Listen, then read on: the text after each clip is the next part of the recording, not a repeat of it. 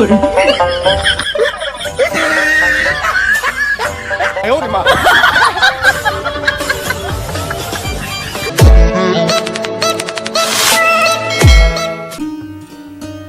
के श्रोताओं और पाठकों को गुप्तेश्वर द्वारका गुप्त का नमस्कार।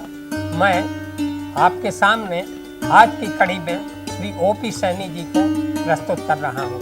विगत 8.5 साल से व्यंगम के माध्यम से मासिक व्यंग गोष्ठी पाठ आयोजित हो रहा है। व्यंगम यूट्यूब चैनल में आज की कड़ी में श्री ओपी सैनी अपना व्यंग पाठ करेंगे। श्री ओपी सैनी के व्यंगों में सामाजिक विसंगतियाँ, अंधविश्वास और राजनीतिक दाव पांच पर कटाक्ष मिलते हैं। इनका एक व्यंग संग्रह एक टिफिन इंसान के लिए प्रकाशित हो चुका है और दूसरा प्रकाशित होने वाला है। तो आज की कड़ी में हम श्री ओपी सैनी का टीआर की क्यों घट रही है का प्रसारण कर रहे हैं। अतः सुनकर आप अपनी प्रतिक्रिया अवश्य दीजिए। नमस्कार। मैं ओपी सैनी आज अपना व्यंग पाठ कर रहा हूँ और हमारे गुप्ता जी ने जो हमें प्रेरणा दी है और जो विश्वास जताया है उस पर मैं खरा उतरी, इसकी आशा करता हूँ। इसकी सभी दर्शकों को मैं अपना व्यंग पाठ टीआरपी क्यों घट रही है का व्यंग पाठ कर रहा हूँ।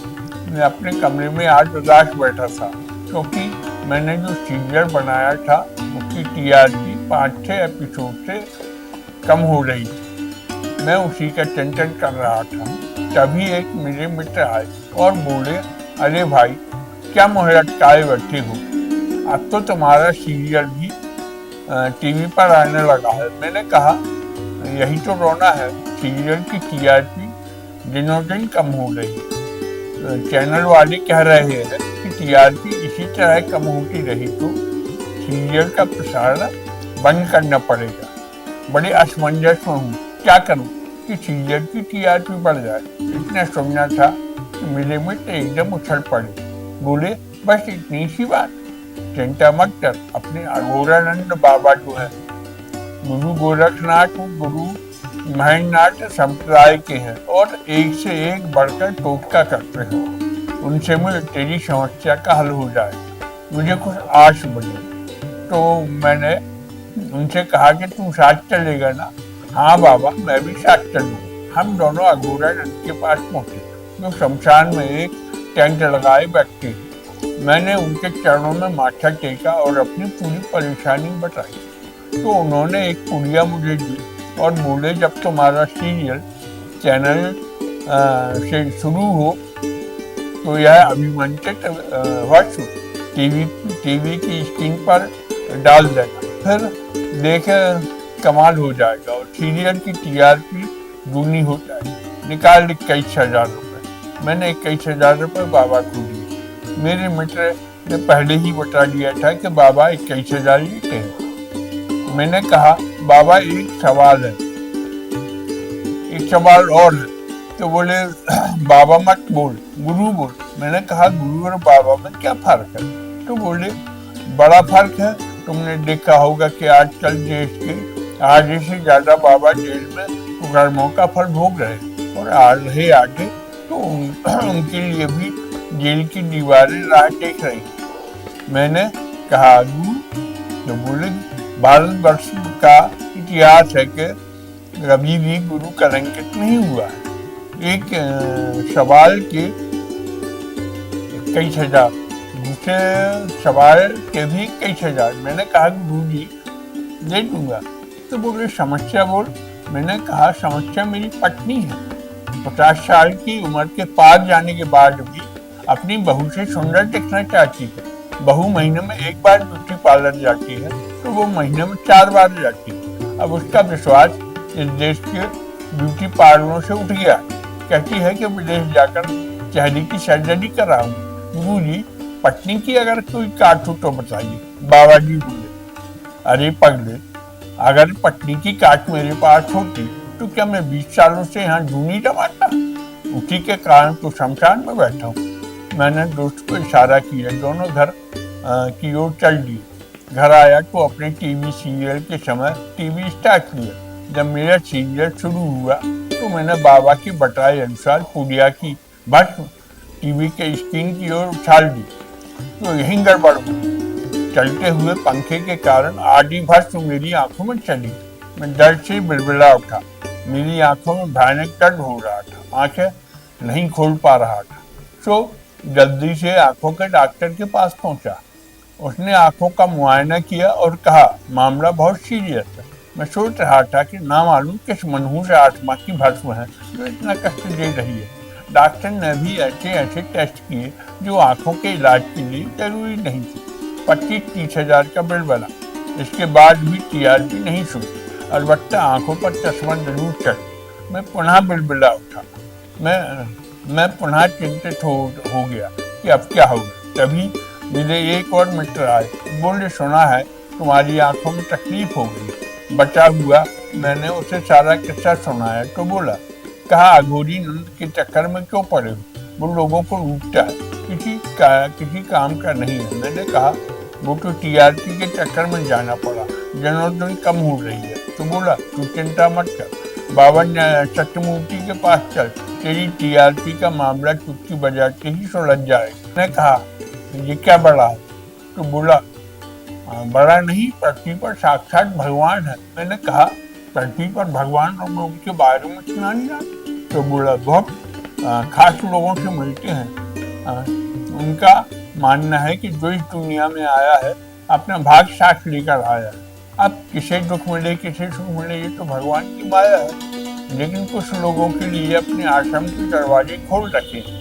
अगर तुम उनकी बात मानेगा तो तेरी टीआरपी क्या तेरे सौभाग्य भी जाग जाए। मैंने उनसे कहा अघोरानंद ने तो 21,000 दिए थे, ये कितना पैसा लेंगे? तो वो बोला 51,000। मैंने कहा 51,000? तो बोला इतने इससे कम नहीं, मिर्ची और नींबुओं को धागा में बांध अभिमंत्रित कर देंगे। अपने टीवी सीरियल के सामने जब अपने टीवी चलने के समय टीवी के आगे टांग देना, टीआरपी सर पर दौड़ेगी। मैंने कहा भैया 60 मिर्ची और 1 नींबू के इतने पैसे? तो बोले शायद अंदाजा नहीं है। बाबा कहते हैं कि नदी नालों कुआं और सब प्रदूषित हो गए हैं, अतः मिर्ची के बगीचे में बिसलरी के पानी की सिंचाई करते हैं और नींबू के पेड़ की जड़ों में रंग बिरंगी मछलियों की खाद डालते हैं। मैंने कहा वो एक्वेरियम वाली? तो बोले हाँ वही एक्वेरियम वाली। मैंने कहा भैया मैं इतना पैसा नहीं दे सकता। मित्र गुस्से से मुझे देखते हुए बाहर चले। मैं देश के बाबाओं के बारे में सोच रहा था कि हमारे देश के बाबा लोगों को किस प्रकार ठगते हैं कि कभी मेरे एक मित्र और आए। बोले सुना है तुम अपनी टीआरपी के चक्कर में बहुत पैसा लौटा रहे हो। मैंने कहा भैया समस्या तो है, क्या करूं कुछ समझ में नहीं आ रहा। तो बोले हिंदू बाबाओं को छोड़ मुसलमान बाबा पकड़, इनका इल्म इतना ऊंचा होता है कि कोई और बाबा इनकी बराबरी नहीं कर सकते। मैंने कहा क्या करोगे? मैंने कहा क्या करेंगे? तो बोला बाबा नूरुद्दीन हर इल्म के बादशाह हैं, उनके इशारों पर हजारों रूह नाचती हैं, उनकी कैद में सैकड़ों जिन्नात है।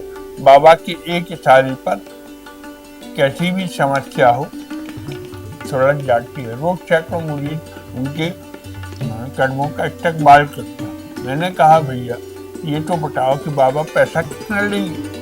बोला कुछ खास नहीं, तेरे पास कितना पैसा है तुझे क्या फर्क पड़ता है? अगर बाबा जी की रहमत तेरे ऊपर हो गई तो तेरे तो विदेश में भी एक्सपोर्ट हो जाएगा। तू बाबा की कदमबोसी कर। मैंने कहा तू इतनी तारीफ कर रहा है तो सोचा जाएगा। बोला सोचा जाएगा, अभी चल मेरे साथ। मैंने कहा भैया चलते हैं, पहले बता तो कितना पैसा लेंगे? बोला 1,11,000। मैं बोला 1,11,000 कुछ इस तरह बोल रहा है जैसे 11 रुपये। मैंने कहा इन बाबाओं की क्या खासियत है, ये तो जो इतना पैसा लेते हैं? तो बोला बाबा जी बड़े इतनी हैं, इनके कदमों में बड़े बड़े नेता अभिनेता अभिनेत्री व्यवसायी इनके कदमों को चूमते हैं। तो मैंने कहा और क्या खासियत है? तो बोला तूने इजिप्ट का नाम सुना है ना? मैंने कहा मिस्र जिसकी राजधानी कायरा है। हाँ बोला वही। हाँ बाबा महीनों में बाबा महीनों में एक चक्कर इजिप्ट का लगाते हैं। वहाँ के पिरामिडों में अभी भी सैकड़ों मम्मियाँ सुरक्षित हैं। उन्हीं मम्मियों के बीच बैठकर इबादत करते हैं, मम्मियों से भूत भविष्य की बातें करते हैं, वहीं से अपने मुरीदों की समस्याओं का हल बताते हैं। मैंने कहा ना बाबा, मैं 1,11,000 रुपये नहीं दे सकता। सच्ची बात सुन, मैं पहले भी एक बार तेल के एक्सपोर्ट के चक्कर में एक बाबा के चक्कर में पड़ गया था। तेल तो एक्सपोर्ट हुआ नहीं, प्रेमिका जरूर एक्सपोर्ट हुई। मेरे लौकिक अलौकिक के विश्वास के कारण उसने एक NRI से शादी कर ली और विदेश सेटल हो गई। TRP के चक्कर में तेल का पैसा जा रहा है, लेकिन बाबाओं के चक्कर में पैसा गया तो मुंह की धार में जाएगा। अच्छा, TRP का कुछ और सोचेंगे। अभी मैं नहीं जा सकता। मेरा मित्र मुंह बनाकर विचारगी से मेरी ओर देखता हुआ बाहर निकल गया।